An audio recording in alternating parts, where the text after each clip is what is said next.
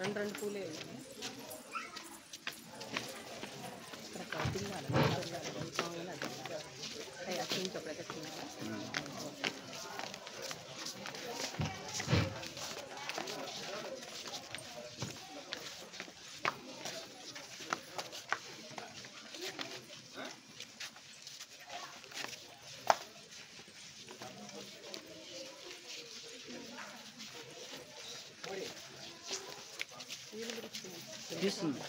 ఇక్కడ రావాలి అందరూ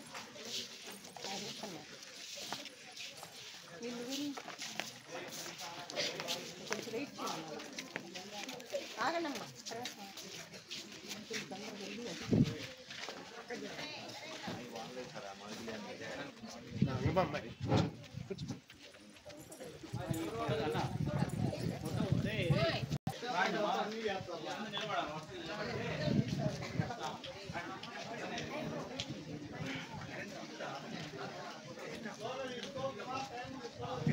నాయకుల ఫోటోలో ఐడి కూడా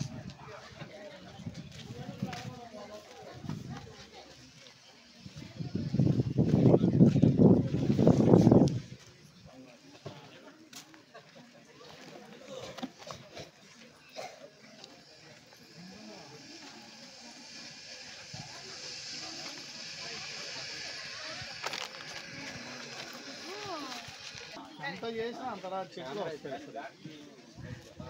చెట్లు వస్తాయి. ఒక 3 స్టెప్పులు నిలబెట్టచ్చు. ఏమన్నా చెట్లు అడ్డం వస్తున్నాయి, పిల్లలు జంప్ అవుతున్నారు. కొంతమంది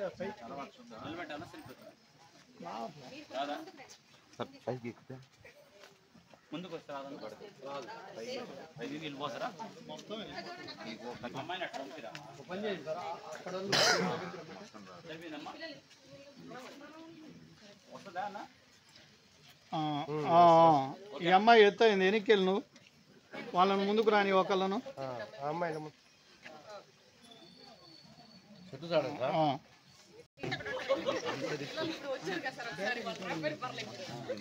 రండి. ఏ రమేష్ ఇప్పుడు ఫోన్ పట్టుకో ఇది పట్టుకో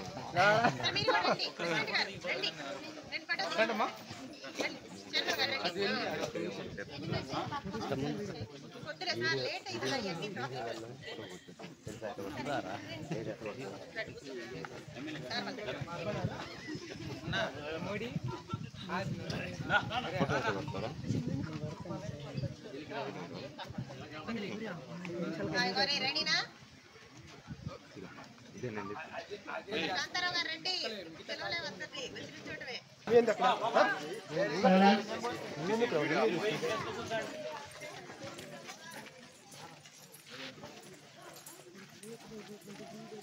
ఎవరి ప్లేస్లో వాళ్ళు కూర్చోండి.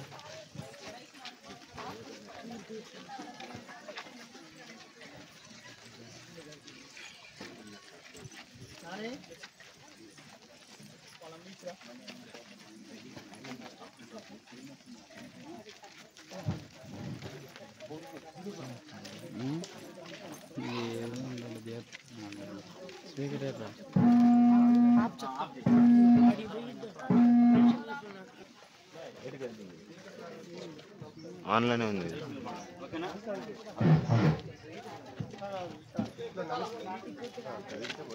కూర్చొని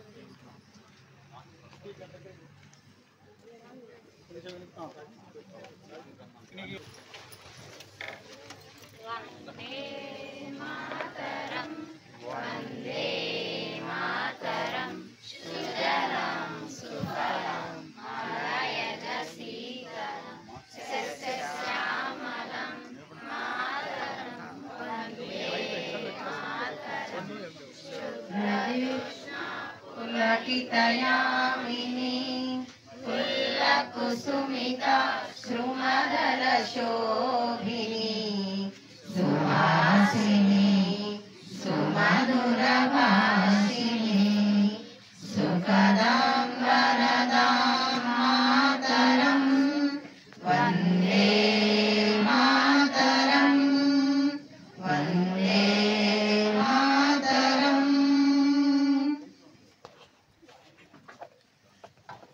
ఎన్నికైనందున శాసనం ద్వారా నిర్మితమైన భారత రాజ్యాంగం పట్ల నిజమైన విశ్వాసం విధేయత చూపుతానని, భారతదేశ సార్వభౌమాధికారాన్ని సమగ్రతను కాపాడుతానని, నేను స్వీకరించబోయే కర్తవ్యాన్ని శ్రద్ధాశక్తులతో నిర్వహిస్తానని దైవ సాక్షిగా ప్రమాణం చేస్తున్నాను.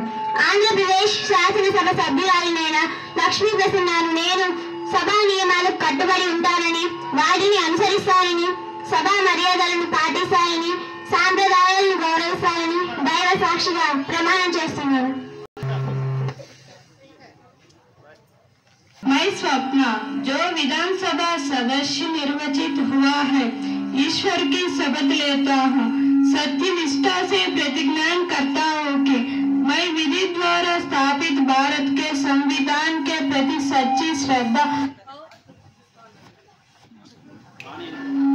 और निष्ठा से रखूंगा। मैं भारत की प्रभुत्व और अखंडता अक्षुण्ण रखूंगा तथा जिस पद को मैं ग्रहण करने वाले हूँ उसके कर्तव्यों का श्रद्धा पूर्वक निर्वहन करूँ।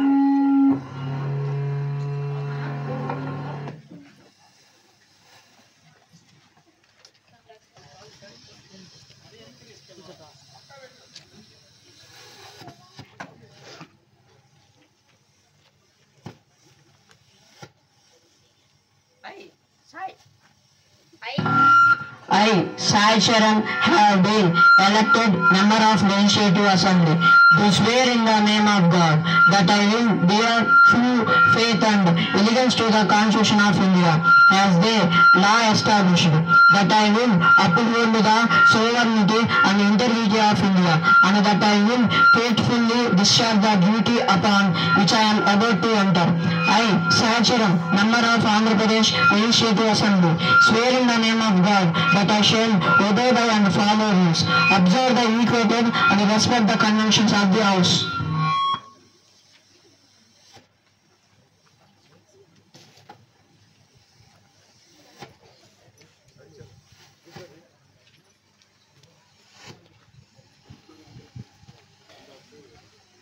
మొదటిగా గౌరవ ముఖ్యమంత్రి గారిని సభను ఉద్దేశించి ప్రసంగించవలసిందిగా కోరుచున్నాను. నాకు అవకాశం ఇచ్చిన స్పీకర్ గారికి ముందుగా నా ధన్యవాదాలు. అందరికీ నమస్కారాలు. అధ్యక్ష, మన రాష్ట్ర అభివృద్ధి కోసం శక్తి వంచన లేకుండా కష్టపడుతున్నాం. అదే విధంగా మరో ప్రక్క సంక్షేమాలను కూడా అమలు చేస్తున్నాం. మన రాష్ట్ర అభివృద్ధి కోసం మా ప్రభుత్వం ఖచ్చితమైన ప్రణాళికతో ముందుకు వెళుతుంది. మొదటిగా మన రాష్ట్రం కొత్తగా ఏర్పడిన రాష్ట్రం. మన రాష్ట్రానికి ఆదాయాన్ని ఇవ్వగల రాజధాని గాని, అభివృద్ధి చెందిన పారిశ్రామిక నగరాలు కానీ లేవు. మన రాష్ట్రం అభివృద్ధి చెందితేనే సంక్షేమ పథకాలను కూడా అందజేయగలం అధ్యక్ష. అందుకే నా సుదీర్ఘ అనుభవాన్ని ఉపయోగించి అనేక దేశాలు తిరిగి పారిశ్రామికవేత్తలను మన రాష్ట్రానికి రంపించి కోట్ల రూపాయల పెట్టుబడులు తీసుకువస్తున్నాం అధ్యక్ష. వీటి వల్ల మన రాష్ట్రానికి పరిశ్రమకు రావడంతో పాటు నిరుద్యోగ యువతకు ఉపాధి లభిస్తుంది అధ్యక్ష. కేవలం అభివృద్ధే కాకుండా సంక్షేమ పథకాలను కూడా అందజేస్తున్నాం అధ్యక్ష. అంతేకాకుండా వృద్ధాప్య పెన్షన్లు, రైతులకు, మహిళలకు అనేక సంక్షేమ కార్యక్రమాలు అందజేస్తున్నాం అధ్యక్ష. రైతులకు ఎరువులు అందిస్తున్నాం. రాయలసీమ ప్రాంతంలో డ్రిప్ ఇరిగేషన్ ప్రమోట్ చేస్తున్నాం అధ్యక్ష. అంతేకాకుండా నీటిపారుదల కోసం రాయలసీమ ప్రాంతంలో డ్రిప్ ఇరిగేషన్ ప్రమోట్ చేస్తున్నాం అధ్యక్ష. వ్యవసాయంలో రసాయనిక ఎరువులు వాడకం తగ్గించడానికి ఆర్గానిక్ ఫార్మింగ్ ను కూడా ప్రోత్సహిస్తున్నాం అధ్యక్ష. అంతేకాకుండా కేంద్ర ప్రభుత్వ సహకారంతో వివిధ ప్రధాన నగరాలను కలుపుతూ హైవే రోడ్లను, రైలు మార్గాలను నిర్మిస్తున్నాం అధ్యక్ష. అంతేకాకుండా కేంద్ర ప్రభుత్వ సహకారంతో పోలవరం, వెలుగొండ ప్రాజెక్టులను వేగంగా పూర్తి చేస్తున్నాం అధ్యక్ష. అంతేకాకుండా అధ్యక్ష, మరో 10 సంవత్సరాల లోపు మన రాష్ట్రం దేశంలోనే నెంబర్ 1 రాష్ట్రంగా ఉంచేందుకు కృషి చేస్తున్నాం అధ్యక్ష. అధ్యక్ష, మీరు అనుమతిస్తే మిగతా పథకాలను నా మంత్రివర్గ సహచారులు వివరిస్తారు అధ్యక్ష. Okay president. అధ్యక్ష, మీరు అధికార పక్షానికి ఇచ్చిన సమయం అయిపోయింది కనుక ఇక మాకు అవకాశం ఇవ్వాలని కోరుచున్నాం అధ్యక్ష. ఓకే, కానీ మీ ప్రసంగాన్ని త్వరగా ముగించండి. మంత్రులు కూడా ప్రసంగించవలసి ఉంటుంది. ధన్యవాదాలు అధ్యక్ష. అధ్యక్ష, ముఖ్యమంత్రి గారు అరచేతిలో వైకుంఠాన్ని చూపిస్తున్నారు. కానీ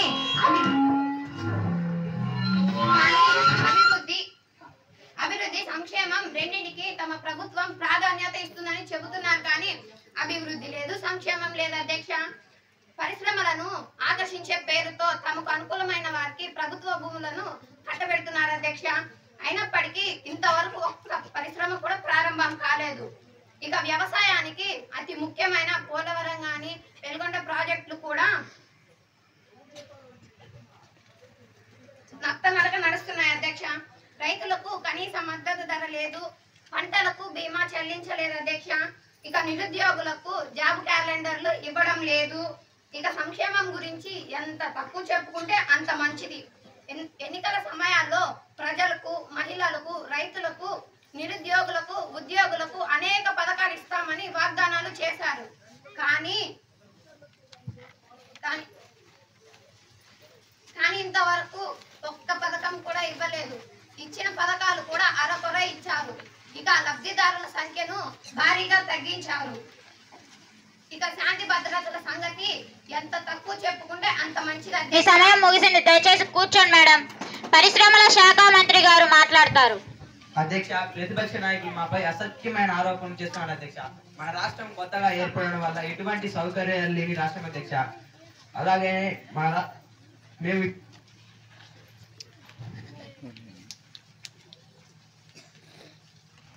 సౌకర్యాలు లేని రాష్ట్రం అధ్యక్ష. ఇక్కడ పరిశ్రమలు పెట్టాలని ఎవరు అనుకోరు అధ్యక్ష. అందుకే వారిని ఆకర్షించేందుకు పెద్ద ఎత్తున రాయితీలు కూడా ఇస్తున్నాం అధ్యక్ష. అలాగే మన రాష్ట్రానికి వస్తున్న కంపెనీలు కూడా దేశ విదేశాల్లో పేరెండిక కలిగిన సంస్థలు అధ్యక్ష.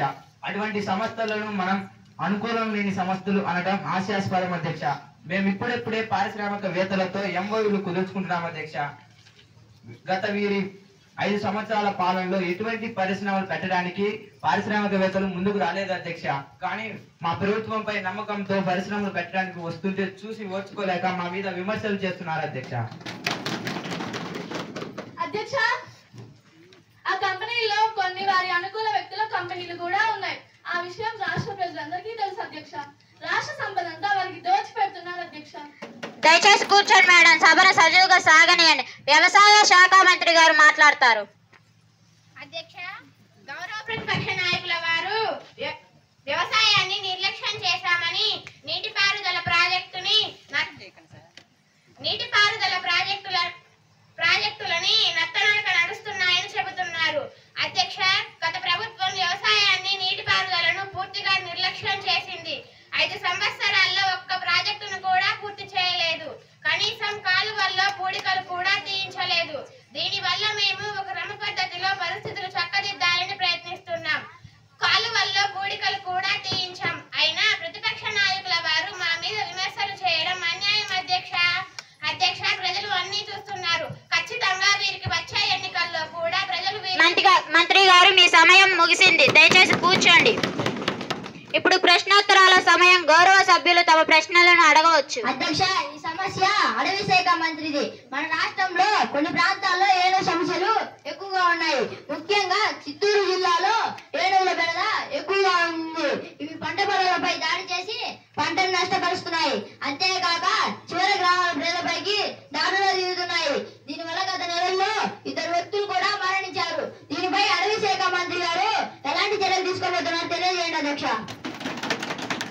అటవీ శాఖ మంత్రి గారు స్పందించండి. అధ్యక్ష, ఈ సమస్య మా దృష్టికి కూడా వచ్చింది అధ్యక్ష. ఈ ఏనుగులు తరిమేయడానికి కుంకి ఏనుగు కన్నట్టు నుంచి తెప్పించాం అధ్యక్ష. అధ్యక్ష, వాటికి శిక్షను కూడా ఇప్పించాం అధ్యక్ష. కుంకి ఏనుగులను, అడవి ఏనుగు తల్లి కొట్టడం ద్వారా ఏనుగుల సమస్య పరిష్కరించాం అధ్యక్ష. అధ్యక్ష, ఈ ప్రశ్న సాంఘిక సంక్షేమ శాఖ మంత్రికి అధ్యక్ష. ప్రభుత్వ హాస్టల్లో పరిస్థితులు అత్యంత దారుణంగా ఉన్నాయి అధ్యక్ష. హాస్టల్లో విద్యార్థులకు సరిపడినన్ని టాయిలెట్స్ అందుబాటులో లేవు. నీటి వసతి సరిగ్గా లేదు. పిల్లలు పడుకోవడానికి తగిన ఏర్పాట్లు లేవు. కొన్ని హాస్టల్లో పరిశుభ్రత పాటించకుండా ఉన్నందువలన విద్యార్థులు అనారోగ్యానికి గురవుతున్నారు. ఇటీవలే పార్వతీపురం మన్యం జిల్లాలోని గురుకుల పాఠశాలలోని విద్యార్థులు అస్వస్థతకు గురి కావడం జరిగింది అధ్యక్ష. కానీ ఈ ప్రభుత్వానికి చీమ కుట్టినట్టు కూడా లేదు అధ్యక్ష. సంబంధిత మంత్రి గారిని ఈ ప్రశ్నపై స్పందించాల్సిందిగా కోరుచున్నాను అధ్యక్ష. సాంఘిక సంక్షేమ మంత్రి గారు, మీరు వివరణ ఇవ్వండి. అధ్యక్ష, సాంఘిక సంక్షేమ హాస్టల్లో సమస్యలు ఈనాటివి కావు. పోయిన ప్రభుత్వం సాంఘిక సంక్షేమాన్ని గాలికి వదిలేశారు. మా ప్రభుత్వం సాంఘిక సంక్షేమానికి కట్టుబడి ఉంది. ముఖ్యంగా హాస్టల్లో విద్యార్థులకు మంచి బియ్యం అందిస్తున్నాము. కాస్మెటిక్ బడ్జెట్లను పెంచాము. హాస్టల్ పిల్లల సంఖ్య ఆధారంగా తగినన్ని టాయిలెట్లను ఏర్పాటు చేయుటకు సంకల్పిస్తున్నాం అధ్యక్ష. హాస్టల్ పిల్లల సంఖ్య ఆధారంగా సాంఘిక సంక్షేమ శాఖ అధికారిని హాస్టల్ని విజిట్ చేసి ఎక్కడెక్కడ సమస్యలు ఉన్నాయో గుర్తించి వాటిని పరిష్కరించడానికి కృషి చేస్తున్నాం అధ్యక్ష. ఎవరైనా భోజన విషయాల్లో నాణ్యత ప్రమాణాలు పాటించకపోతే శాఖాపరమైన చర్యలు తీసుకుంటాము అధ్యక్ష. ఇప్పుడు 0 అవర్ ఎవరైనా తమ దృష్టికి వచ్చిన సమస్యలను అడగవచ్చు. అధ్యక్ష, మైరగొండపాలెం నియోజకవర్గం ప్రకాశం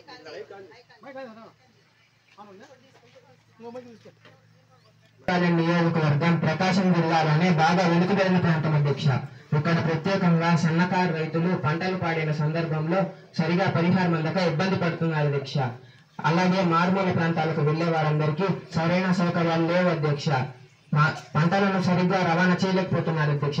దీనికి మీ ప్రభుత్వ సమాధానం ఏమిటి అధ్యక్ష?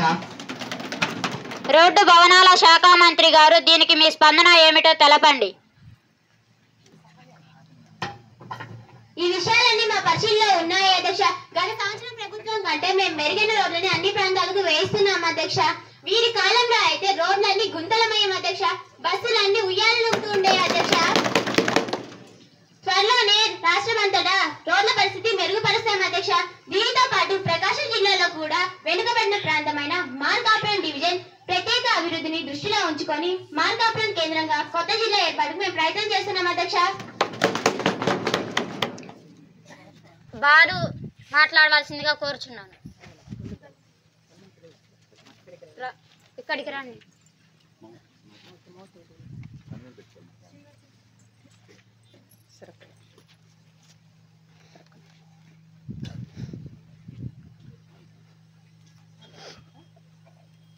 ఆదేశాల మేరకు ఇప్పుడు మనము రాజ్యాంగంలో అత్యంత ఇంపార్టెంట్ అయినటువంటి పీఠికను చదివి వినిపిస్తుంది అమ్మాయి. అందరం కూడా మర్యాదపూర్వకంగా లేచి నిలబడదాం, ఎక్కడ వాళ్ళం అక్కడే. ప్రజలమైన మేము భారతదేశాన్ని సర్వసత్తాక సామ్యవాద లౌకిక ప్రజాస్వామ్య గణతంత్ర రాజ్యంగా నిర్మించుటకు పౌరులందరికీ సామాజిక ఆర్థిక రాజకీయ న్యాయాన్ని భావము భావ ప్రకటన విశ్వాసము ధర్మము ఆరాధనలతో కూడిన స్వేచ్ఛా స్వాతంత్ర్యాలను అంతస్తుల్లోనూ అవకాశములోనూ సమానత్వాన్ని చేకూర్చుటకు అందరిలో వ్యక్తి గౌరవాన్ని దేశ సమగ్రతను తప్పక తీసుకొచ్చే సౌభ్రాతృత్వాన్ని పెంపొందించుటకు సత్యనిష్టాపూర్వకంగా తీర్మానించుకుని రాజ్యాంగ పరిషత్లో 1949వ సంవత్సరం నవంబర్ 26వ తేదీన ఆమోదింపబడి చట్టబద్ధం చేసుకుని మాకు మేము సమర్పించుకుంటున్నాము.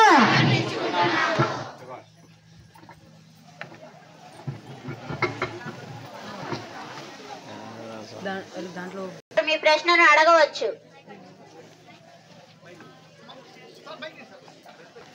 అధ్యక్ష, ఈ మధ్య కృష్ణా జిల్లాలో పడిన భారీ వర్షాలకు అన్ని రకాల పంటలు దారుణంగా దెబ్బతిన్నాయి.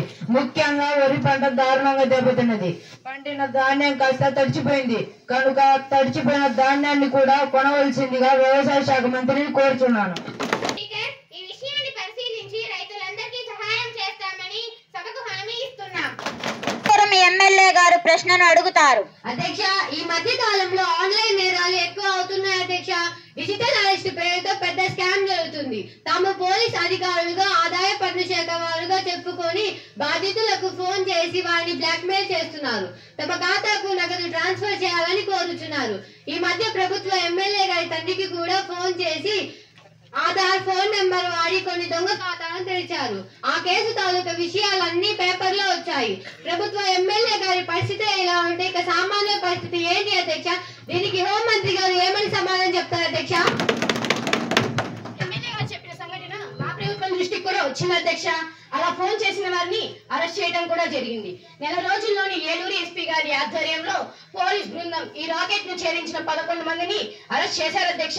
ఇంకా భవిష్యత్తులో ఈ దర్యాప్తు కొనసాగుతుంది. ఈ విషయంలో ప్రజలను చైతన్యం చేయడానికి అన్ని సోషల్ మీడియాలో, పత్రికలలో, టీవీల్లో ప్రకటనలు ఇస్తున్నాం అధ్యక్ష. భవిష్యత్తులో ఆన్లైన్ మోసాలు అరికట్టడానికి ప్రత్యేక విభాగాలు ఏర్పాటు చేస్తున్నాం అధ్యక్ష. ఇప్పుడు సిపిఎం నాయకురాలు మాట్లాడతారు. చెప్పాలి చెప్పాలి చేయాలి చేయాలి కల్పించాలి కల్పించాలి డౌన్ డౌన్ కూర్చోండి, దయచేసి కూర్చోండి. విలువైన సమకాలాన్ని వృధా చేయకండి. సభ ఆర్డర్లో లేనందున ఒక అరగంట పాటు సభ వాయిదా వేస్తున్నారు.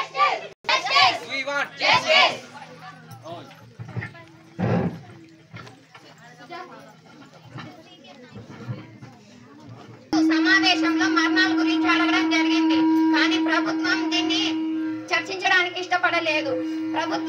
ప్రభుత్వ వైఫల్యాలను ప్రజల దృష్టికి తీసుకొని వెళ్తాం. ప్రతిపక్షాలు గొడవ చేపట్టి ప్రభుత్వం దీనిపై స్పందించింది. ప్రభుత్వం బాధ్యతారహిత్యంగా ప్రవర్తిస్తుంది. ఈ విషయంలో మీ తదుపరి కార్యాచరణ ఎలా ఉంటుంది? మిగతా ప్రతిపక్ష నాయకులు కూడా కలుపుకొని అఖిలపక్ష సమావేశాన్ని ఏర్పాటు చేస్తాం. కలెక్టర్ గారు రేట్ల వద్ద నిరసన కార్యక్రమాన్ని ఏర్పాటు చేస్తాం. ప్రభుత్వం దిగొచ్చేంత వరకు మా పోరాటాన్ని కొనసాగిస్తాం.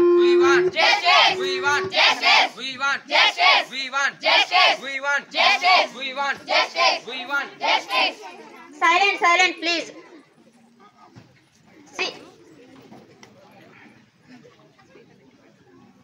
సిపిఎం ఎమ్మెల్యే గారు ఇప్పుడు మీ ప్రశ్నను అడగండి.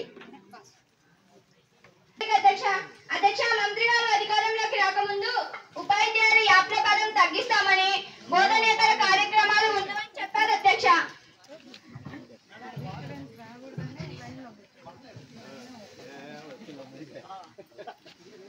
బోధనేతర పనులలో ఇప్పుడు ఉపాధ్యాయులు సతమతమవుతున్నారు అధ్యక్ష.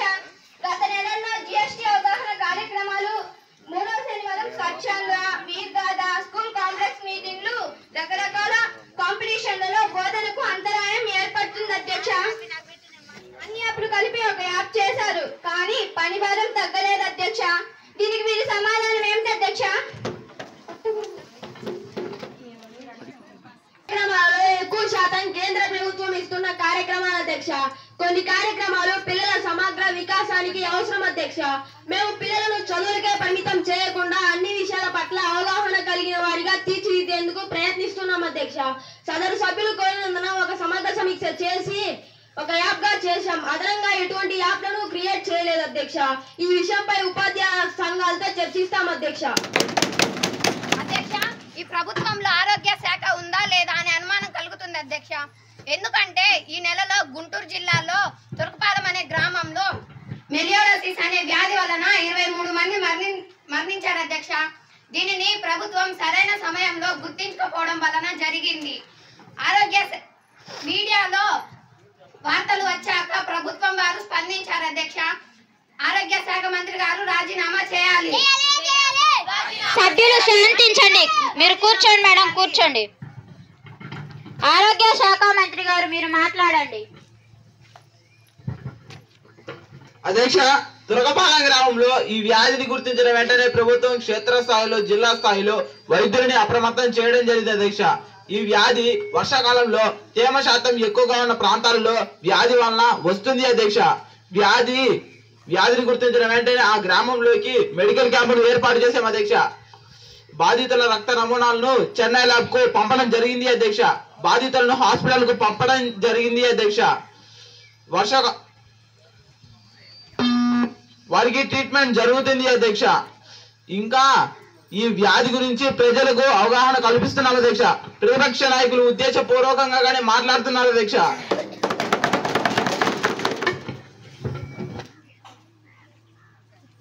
ఇప్పుడు ఆర్థిక శాఖ మంత్రి గారు గారు విద్యార్థుల ప్రవర్తన నియమాలపై బిల్లు ప్రవేశపెడుతుంది.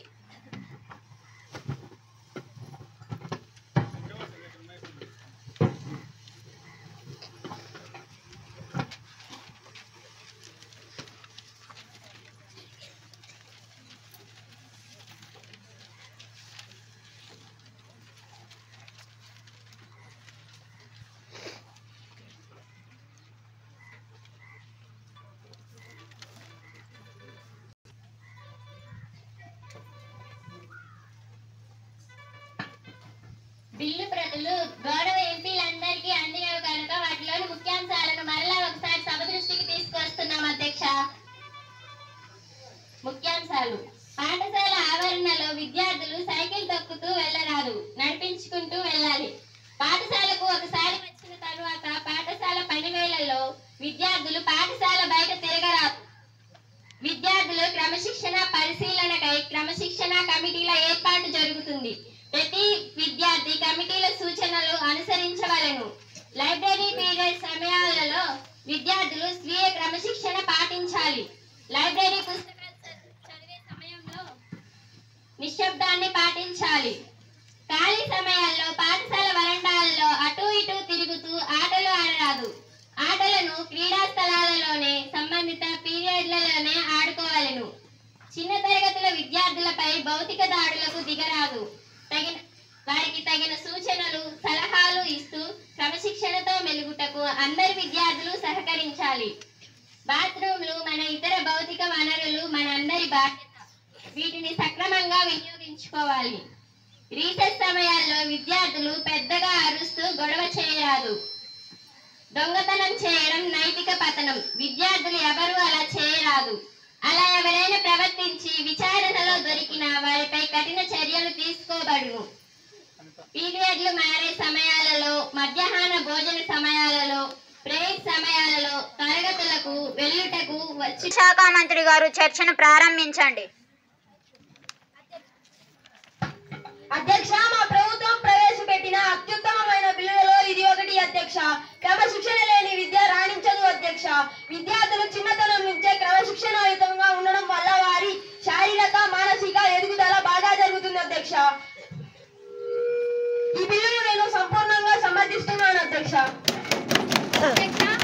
ప్రభుత్వం ప్రవేశపెట్టిన బిల్లు ఉద్దేశం మంచిదే, కానీ ఈ బిల్లులో కొన్ని లోపాలు ఉన్నాయి అధ్యక్ష. కమిటీల నియామకం అంటున్నారు అధ్యక్ష. మరి ఆ కమిటీలకు ముందు క్రమశిక్షణ ఉండొద్దు అధ్యక్ష. స్త్రీ శిశు సంక్షేమ శాఖ మంత్రి గారు మాట్లాడండి. అధ్యక్ష, ఇందులోని అంశాలన్నీ అత్యుత్తమైనవే అధ్యక్ష. ఈ అంశాలన్నీ పాటించక మా ప్రభుత్వం అధ్యక్ష, నేటి బాలలే రేపటి పౌరులు అధ్యక్ష. మరీ బాధ్యతయుత పౌరులుగా దేశాన్ని అత్యున్నత స్థాయిలో నిలబెట్టేది అధ్యక్ష. అధ్యక్ష, బిల్లు బాగానే ఉంది అధ్యక్ష, కానీ చిన్న పిల్లలతో ఘర్షణ పడొద్దు అని అంటున్నారు అధ్యక్ష. మరి కొంతమంది చిన్న తరగతి పిల్లలే చిన్న పెద్ద తేడా లేకుండా అగౌరవంగా మాట్లాడుతున్నారు అధ్యక్ష. వారిపైన కూడా తగిన చర్యలు ఉండాలి కదా అధ్యక్ష. సెక్రటేరియల్ ఉద్యోగులారా, ఉపాధ్యాయుల వద్ద సూచనల పత్రాలను స్వీకరించండి. ఉపాధ్యాయుల నుండి స్వీకరించిన సూచనలు బిల్లులు పొందుపరచండి. ఆర్థిక శాఖ మంత్రి గారు కొత్తగా వచ్చిన అంశాలను చదవండి. ఉపాధ్యాయులు ఇచ్చిన అంశాలు చదువుతారు.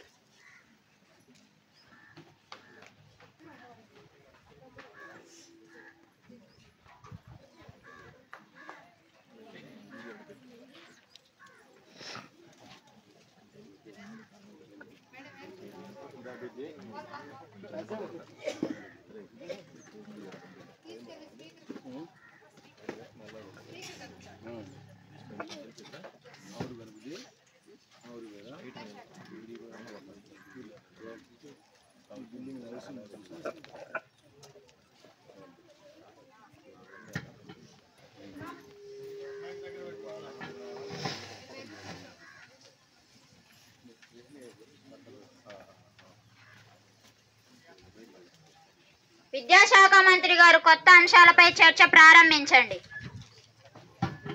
ప్రభుత్వం ప్రవేశపెట్టిన బిల్లు సక్రమంగా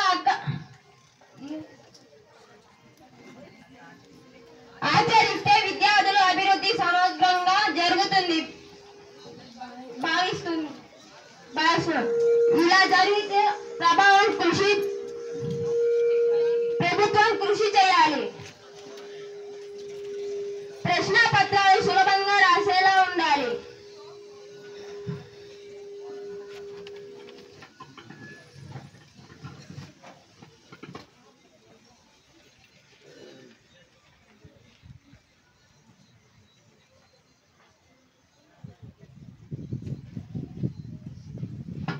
అధ్యక్ష, ఉపాధ్యాయులందరూ ఇచ్చిన సూచనలు సలహాలు అత్యంత విలువైనవి అధ్యక్ష. వీటన్నిటిని యథాతథంగా అమలు చేస్తే అత్యంత బాధ్యతాయుతమైన పాఠశాలగా మన పాఠశాల రూపుదిద్దుకుంటుంది అధ్యక్ష. ఈ సభాముఖంగా నేను ఉపాధ్యాయులందరికీ ధన్యవాదాలు తెలియజేయాలనుకుంటున్నాను అధ్యక్ష. బిల్లుపై చర్చ ముగిసినది. ఎంతమంది అనుకూలమని చెప్తారు? ఎంతమంది వ్యతిరేకిస్తారు? స్వాయిట్ number of yes, number of noes. Governor ఆమోద ముద్ర కోసం బిల్లును గవర్నర్ కార్యాలయానికి పంపడం జరుగుతుంది. ఇంతటితో అసెంబ్లీ శీతాకాల సమావేశాలు ముగిశాయి. విజయవంతం చేసిన సభ్యులందరికీ నా ధన్యవాదాలు.